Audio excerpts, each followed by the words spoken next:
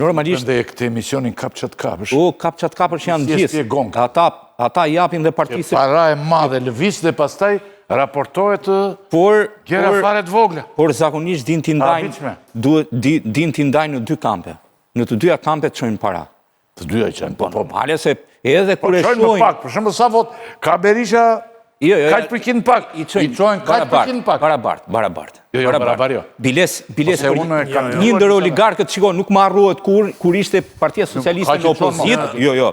Kur ishte Partia Socialiste në opozit, nuk më harrohet, thoshte një ndër deputetët më kryesorë të asaj partie, thoshte, po të shash këtë oligarkun brenda selis të përzën me shkelma. Shaj Edi Ramën, bëhesh prap deputet. Po ka oligarki e kanë shpikur këta të Saliut dhe e kanë rritur këta të Ramës. Po, kam dalë në përfundimin që këta oligarkët, edhe pse i ndajnë në të dyja kampet, këto parat, është njohur ky oligark këtë drejt shumë ti. Po, thoshte, mos e shaj. Është i shpikur nga dy palë. Bëhesh më kandidat.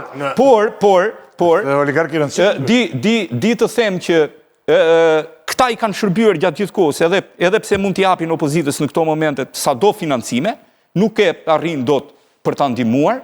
Këta i kanë shumuar aq shumë të varfërit në këtë vend, sa i shërbejnë në mënyrë indirekte të majtëve, sepse të majtët i duan ai shumë të varfërit sa i shumojnë, kështu thot Churchill. Po këto partitë. Në zgjedhjet e 2021-shit janë përpjekur të ndajnë parat në mënyrë barabartë. Se nuk e dinin. Po varet se çfarë i kanë thënë ofruesit të parë, pra, po t'jap 5, po aty i kanë dhënë 2.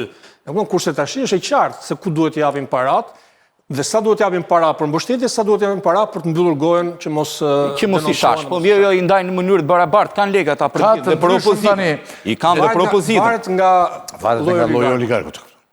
Se ka oligarkë që s'paguan fare. Tani po sa përmendi emrin opozita i vazhdon edhe i merr legët. Ka oligarkë që nuk paguan asnjë cent. Si zor. Bile ka oligarkë që i çon. Ja çon gjërat. Janë të ndryshëm. Si zor njëri. Si zor mos paguaj. Po partitë e reja tani si financojnë fushatat e fondit fare që ka mund, sepse do të thresin për pjesën e dytë. Janë njerëz të rinj pa fonde nga KQZ, por fushatat nuk i kanë të lira. Një pjesë e tyre kanë fushatat të goxha. Jo, kjo nisma thuri ka financim. Brenda dhe jashtë vendit për takime. Ka transparencë këtu ajo? Apo mos janë një lloj të gjithë? Vetëm një gjë, nisma thuri ka financim nga KQZ, vetëm ata. Po ka milionë të vjetra, po çarëndsi ka një financim? Mirë, pra, po të flasim për financim nga shteti, flasim për ato që shpenzohet dhe ato që dalin aty mos. Njëra nga partitë e vogla e ka deklaruar vetë që vetë financohet, Partia Mundësia. Domethënë pronari i partisë financon. Po ai ka drejt të thotë dhe ai është biznesmen edhe ai është më i hapur në këtë pikë. Dhe i thotë qartë, pra parat e shtëpisë time po investoj. Ndërkohë që partitë e tjera është dilemë, pra sepse dhe partitë e tjera kërkojnë partner nga biznesi, pra kërkojnë dikë që ta financojë. Me shpresën e themi elementeve nga diaspora që do donin një lloj ndryshimi në Shqipëri, mund të marrin financime nga të themi biznesmen shqiptar të diasporës apo nga grupimet të diasporës dhe disa prej tyre kanë deklaruar këtë gjë, pra që marrin para nga jashtë. Këtu pastaj nga brenda varet ku cilët element vazhdojnë të financojnë, cilët element kërkojnë akses te partitë e vogla me mendjen që do kenë mundësi të marrin 2 apo 3 deputet në parlament. Po bile ka thuaja kanë marrë dorën këta të rinjtë për të kapur. Që partitë e vogla nuk besoj se kanë financime nga biznesi kryesisht. Mund të ketë partitë vogla që financohen nga partitë mëdha. Biznesi s'ka çuaj atyre se këta sfitojnë edhe që u interesojnë nga partitë fare të këta. Edhe atje për të mos u denoncuar, edhe atje mund të japin para që mund të jep që të mos flas. Po, e ka rast. Partitë vogla mund marrin nga partitë mëdha, pra siç e tham. Ose nga donacionet vogla pastaj qytetarësh, të cilët duan ndryshimin, që ndodh shumë pak në Shqipëri edhe si mënyrë funksionimi, edhe si praktikë nuk ka qenë ndonjëherë shumë më prapë. Kështu që partitë e vogla që mund të bëjnë aktivitete, i bëjnë kryesisht aktivitete vullnetare, jashtë ju shikoni Lëvizja Bashkë, për shembull, është i kryejmë në ambient hapur, nuk ka para për salla. Në ambient hapur. Me vullnetar, takon njerëz ku mundet.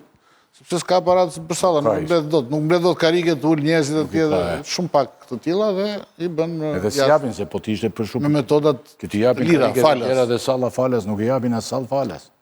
Arlindi shkret nuk e ka këto.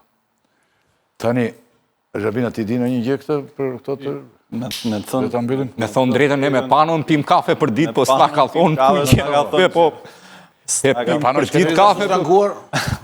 Nuk thot Derisa nuk është ankuar, domethënë që është mirë. nuk duket Tani kanë filluar të ngatrojnë koalicion tash, nuk se është pano vetëm. është parti tjetër, ore. Se shpesh e ngatronin në emision e kaluar këtu, e ngatronin në pjesa tjetër që luftojnë me një tjetrin e ngatronin panon me lape, por nuk janë të vërtetë, është parti tjetër ajo. Në koalicion janë. Do është një koalicion. Po më koalicion është edhe doktori me 26 parti. Nuk, I ke parti që 26 parti doktorit. Të panumër të. sigurisht që është fakt që një fushat zgjedhore nuk bëhet pa para dhe aq më tepër fushatat zgjedhore të partive të mëdha që thonë Qartë, e bëhet me 1 milion euro. Kështu që Edhe këta thoj. jo më këta që ku do i gjejnë. pas kërkesave për arrest, ka shumë nga antarët e grupeve kriminale në Shqipëri, të cilët janë në kërkim. Kanë mbi shpinë një arrest me burg në mungesë, kuptohet një pjesë e madhe e tyre edhe mund të jenë në Shqipëri. Mënyra e tyre e vetme është të ndihmojnë. Duhet kuptuar që antarët e grupeve kriminale nuk është se zotrojnë me mira vota, por zotrojnë aq vota sa për të ndërhyrë në një mandat të fundit në një qark të caktuar. Kjo ka ndodhur shpeshherë në Shqipëri dhe nuk është se unë besoj që nuk do të ndodhi edhe këtë radhë. Çdo gjë tani është në nënsitën e SPAK, nëse do të ketë apo jo ndonjë hetim më të detajuar ose ndonjë synim për t'i kapur në këto momente. Kam parë zotin Berisha, liderin e opozitës, i cili shpeshherë në faqen e tij në rrjetin e tij social, disa prej këtyre emrave i publikon sikur janë duke u marrë dhe duke u angazhuar në këtë moment në fushata elektorale. Problemi është që një denoncim i tillë nuk mrrin në prokurorinë speciale, po të mrrinte në atë mënyrën që prokuroria speciale e kërkon në bazë të asaj që ka bërë fushat prej një muaji, mund të ketë në një reagim më ndryshe, por që ata do merren sepse kanë mbi shpinë një, edhe kujtojnë në logjikën e tyre që ajo arresti me burg në mungesë mund të shuhet në një moment të caktuar ose dikush mund t'i ndihmojë. Kanë edhe pritshmërinë që në të dy liderët qoftë majorancës, qoftë të opozitës, duket që kanë shigjetuar SPAK-un edhe në mandatin e ardhshëm ky parlament vendos do t'i largojë prokurorët e vjetër nga SPAK apo jo, apo do t'u japi një mandat të dytë. Kështu që edhe ata dinë të bëjnë llogaritë e tyre dhe kanë pritshmëritë e tyre, prandaj mund të përfshihen dhe do përfshihen në fushat. Po kuptohet në ato pak vota që mund ndrojnë një mandat në qarqe të caktuara, se nuk është se zotrojnë vota pafund. Pra, Abilekaj Bregu thot që shumë njerëz të cilët janë të akuzuar dhe janë të pa arrestuar, domethënë mundet të jenë duke ndryrë në procesin zgjedhor.